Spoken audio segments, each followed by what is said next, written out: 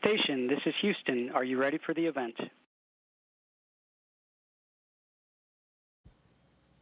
We are ready. AccuWeather, this is Mission Control Houston. Please call station for a voice check. Station, this is Bernie Rayner with AccuWeather. How do you hear me? We hear you loud and clear. How us? All right, loud and clear. You look and sound fantastic.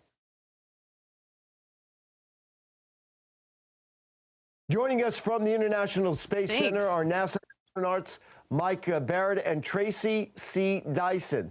Thank you for taking your time, Mike and Tracy. Both of you are on board the ISIS as part of Expedition 71. Mike, can you describe this mission and your role as pilot? Well, it's a good question. My role as pilot was on the Dragon, the little spaceship that brought us up here with the Crew 8. And my role was really to back up the commander and to be ready to take control of the vehicle if need be, which unfortunately, from my standpoint, did not arise. We had a great ride up here. It's a great little spaceship. But that was our commute to work. And really, the focus of our mission is here on the ISS. And over a period of about 6 months to conduct the research, the tasks before us, to maintain the station, upgrade it, and to do a few spacewalks. So it's a very multimedia-packed mission, if you will, from the rocket ride up here and descend at the end to the 6 months of hard work and just amazing science in the middle. And Tracy, what is your role in the mission?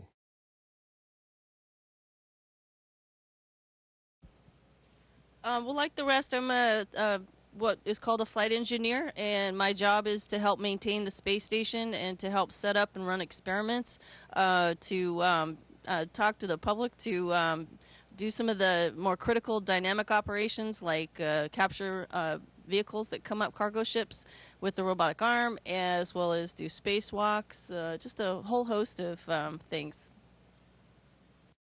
And Mike, how many other people are on the ISS? How would you each describe daily life on the International Space Station?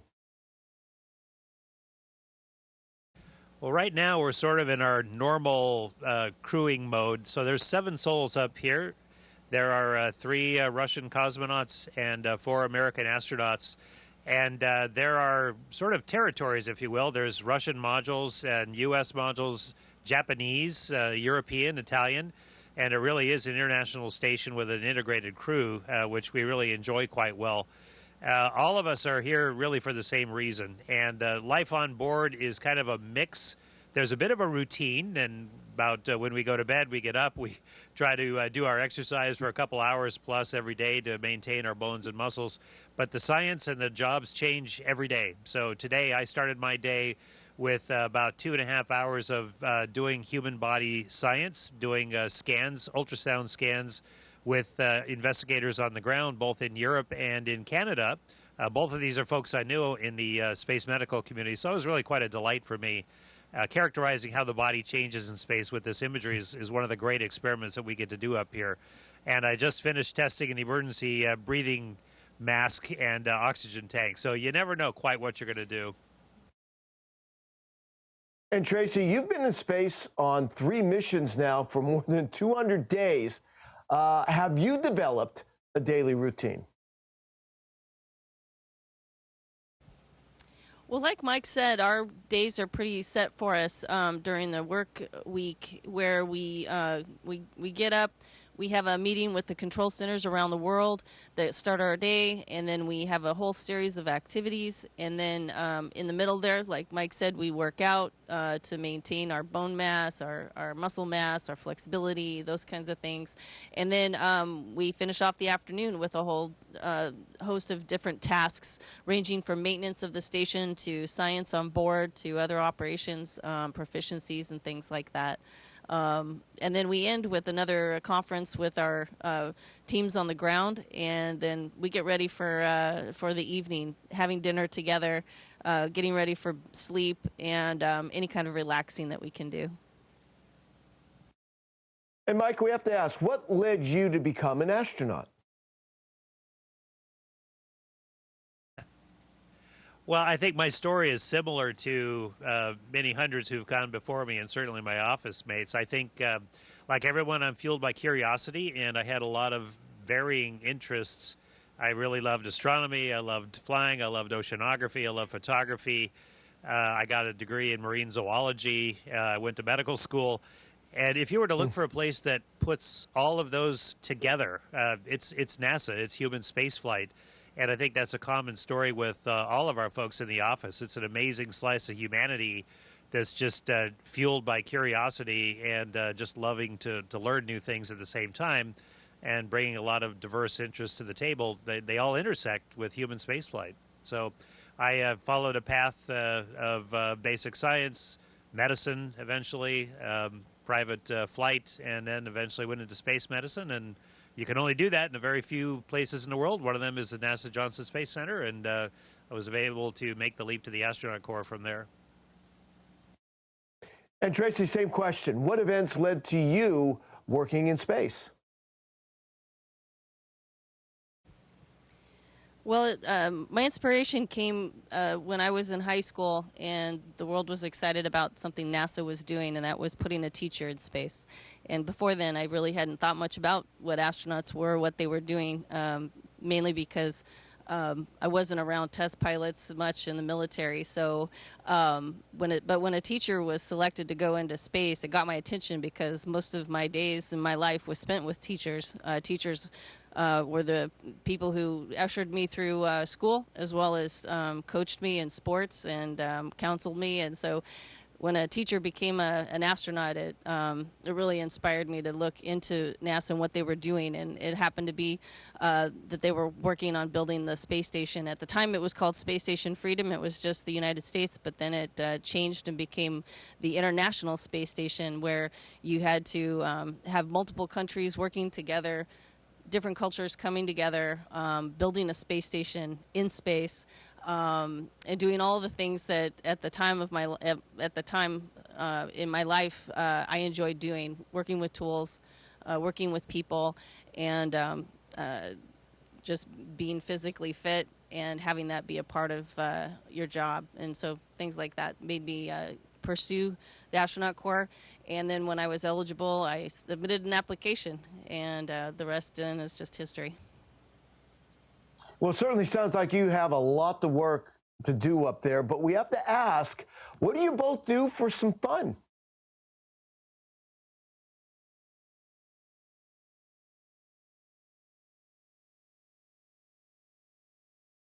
Well, we're chuckling about the things we're not going to tell you about. Well, one of which is playing with our food, which he was mentioning.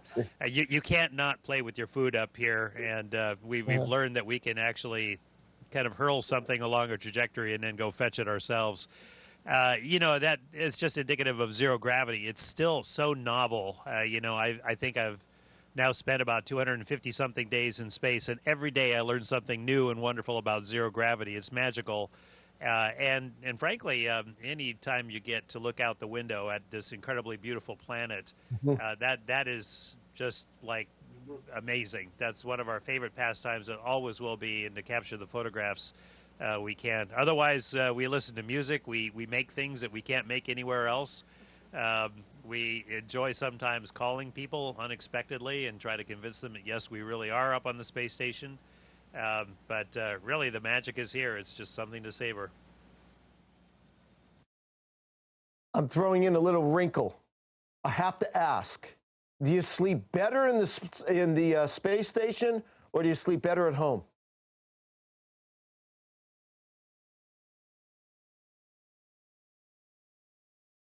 We'll each answer that. It is a perception of myself and many that you keep a same level of alertness for a little bit less sleep up here, and that was certainly true on my first long flight. And once you kind of get back used to it again, you just start not going to feel the weight of your body on a bed or the weight of your head on a pillow. You're floating. After a little while, that just gets to be incredibly pleasant. And the funny thing is you don't really nod off, because nodding off is kind of dependent on gravity pulling your head down and kind of catching yourself. That doesn't happen. You just kind of drift to sleep. It's really quite wonderful. And I personally really enjoy my rack time. I'm going to let Tracy answer as well. Yeah, what I notice is that like Mike was saying, I think you can sleep less with the same alertness up here. I sleep less, but I sleep deeper. I notice I go into a very deep sleep. I'm very comfortable, and as Jeanette, one of our other crewmates, had said, I heard her say that her dreams were more vivid, and I have to agree that it just seems like dreams become more vivid. At least that's been my experience. So. Mike, you're a physician as well as an astronaut. Now, we have a viewer question. Tom from New York City has this question. What is the impact of space travel on the human body?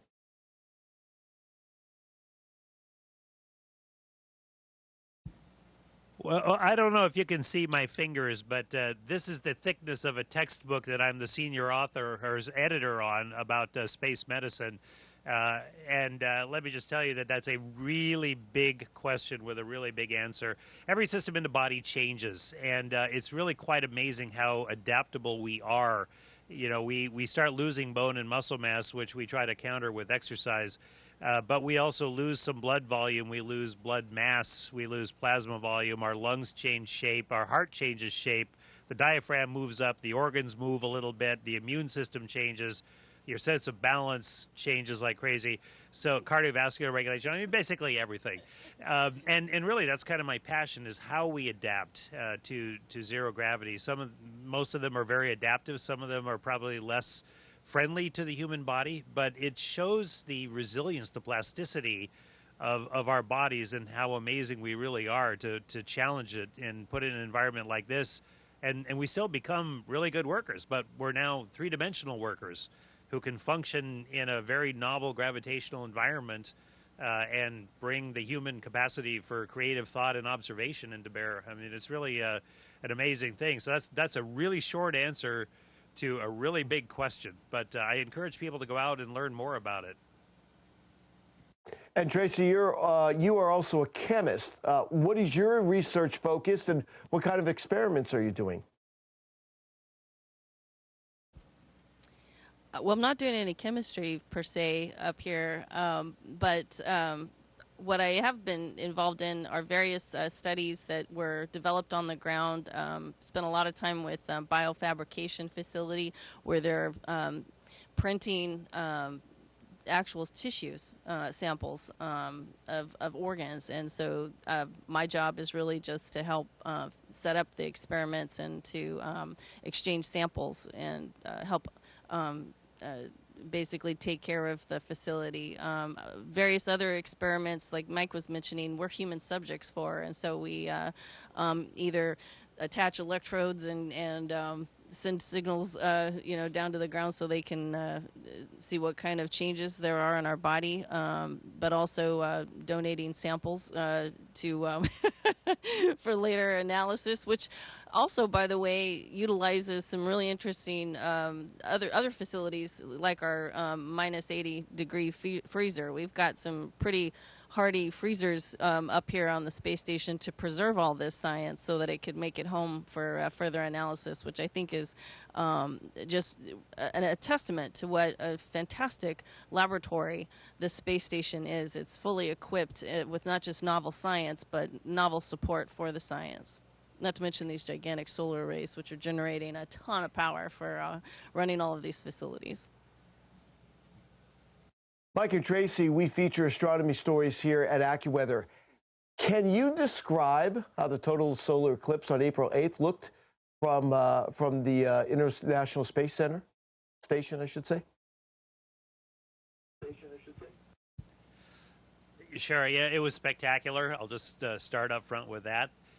Our focus was really on the shadow across the ground rather than looking up at the sun. Our big windows of observation are really pointing downwards at Earth, so that wasn't a view that was that good for us necessarily, but the shadow moving so quickly across the surface of the Earth just really reminds you that there's planetary neighbors out there and that the solar system is so much bigger than the Earth.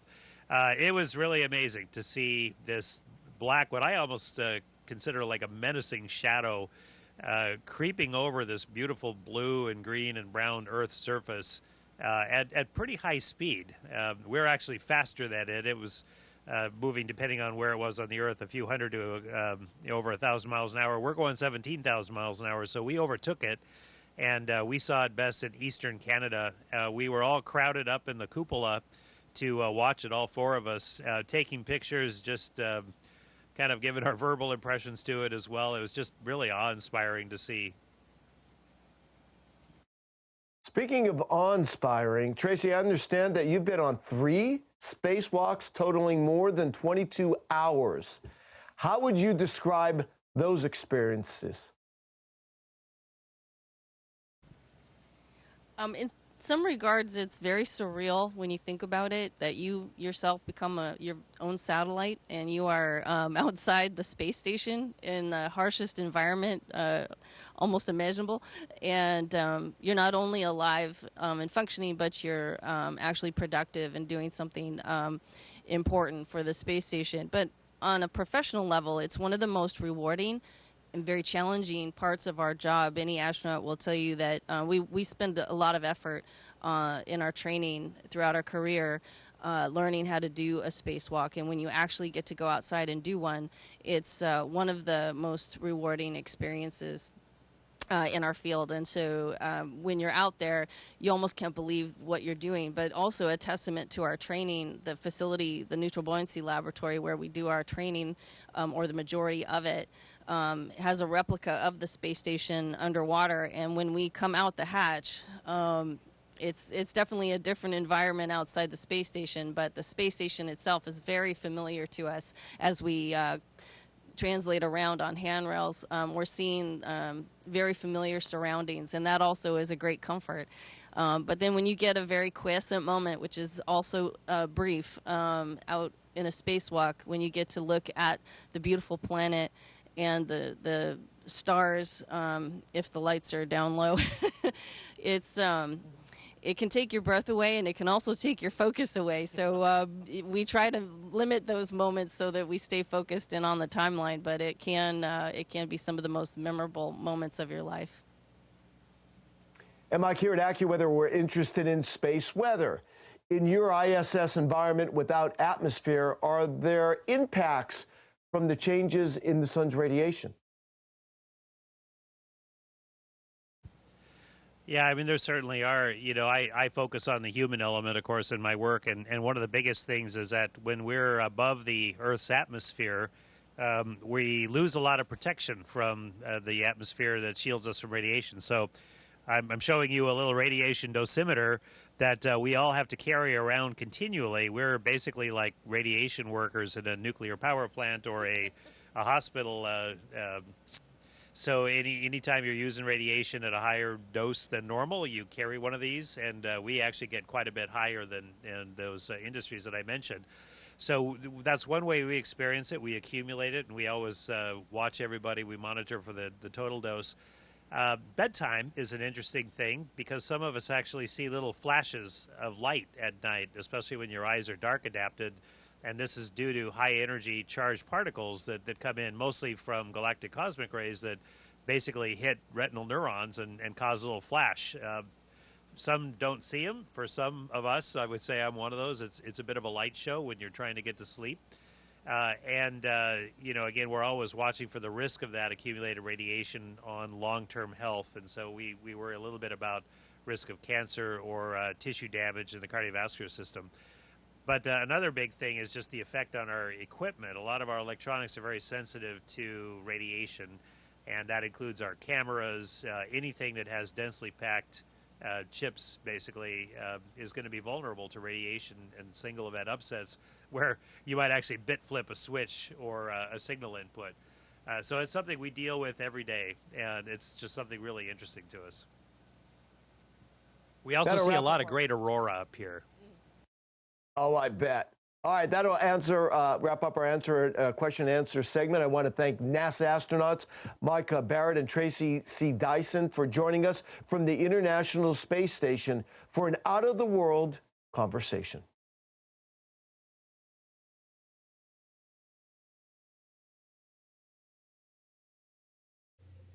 Station, this is Houston ACR. That concludes the event. Thank you.